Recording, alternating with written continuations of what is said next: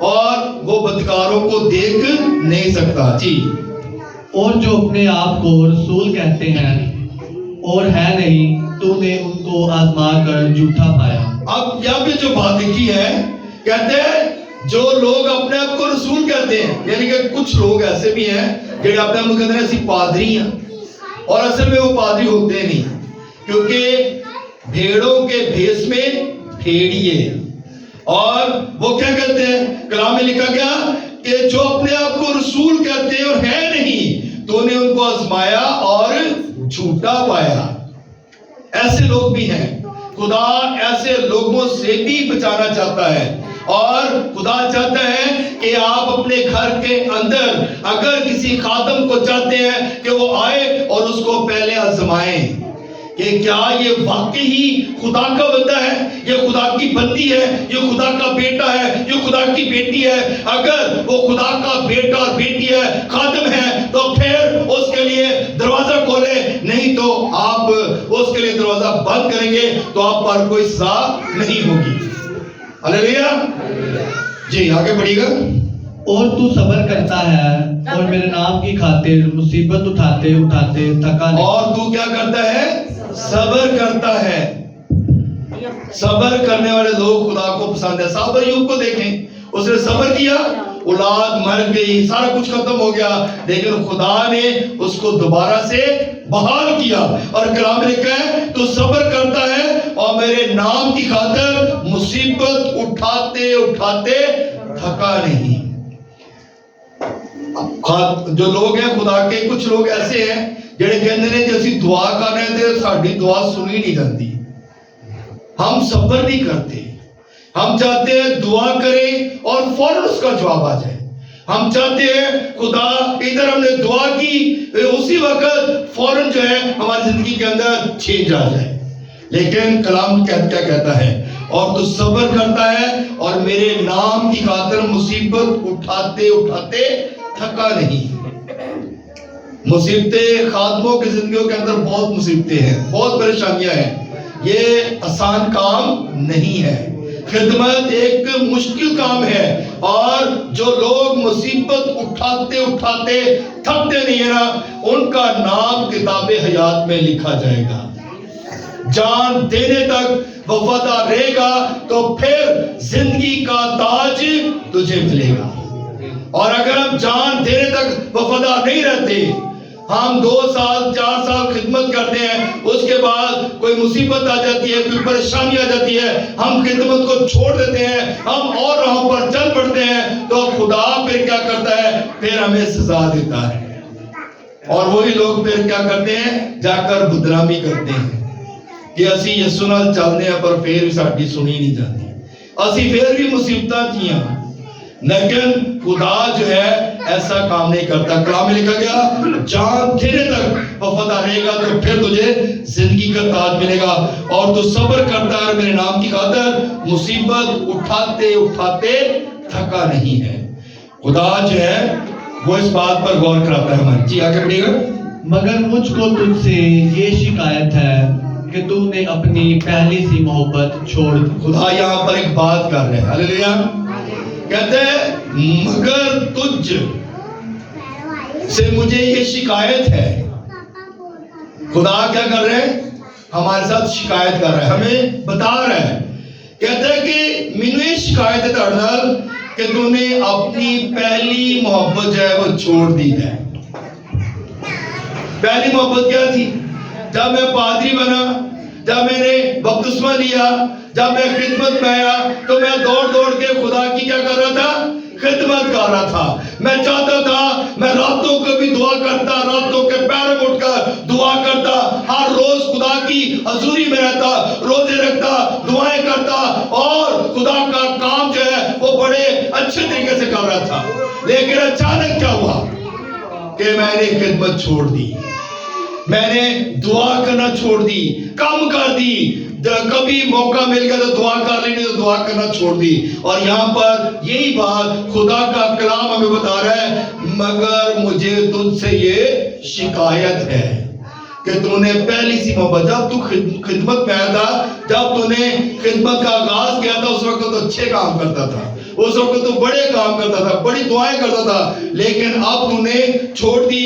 مجھے اس بات کی تجھ سے شکایت ہے کہ تو نے وہ محبت چھوڑ دی ہے, تو نے وہ کام چھوڑ دیا ہے, اس لیے اب مجھے تجھ سے یہ شکایت ہے. جی, بس خیال کر کہ تو کہاں سے گرا ہے. بس خیال کر کے تو کہاں سے گرا ہے, کیونکہ وہ دھیان کر رہا ہے. خدا کیا کرا ہے؟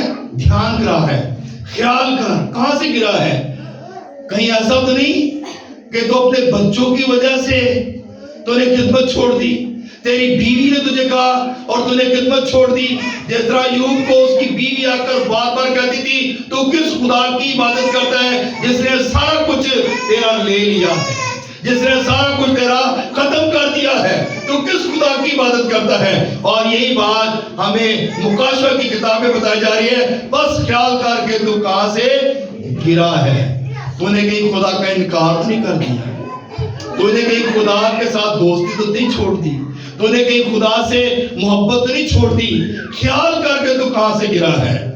جی, اور توبہ کر کے پہلے کی طرح کام کر, اور اگر تو توبہ نہ کرے گا تو میں تیرے پاس آ کر تیرے چراغدان کو اس کی جگہ سے ہٹا دوں گا. بس خیال کر کے تو کہاں سے گرا ہے اور توبہ کر کے پہلے کی طرح کام کر.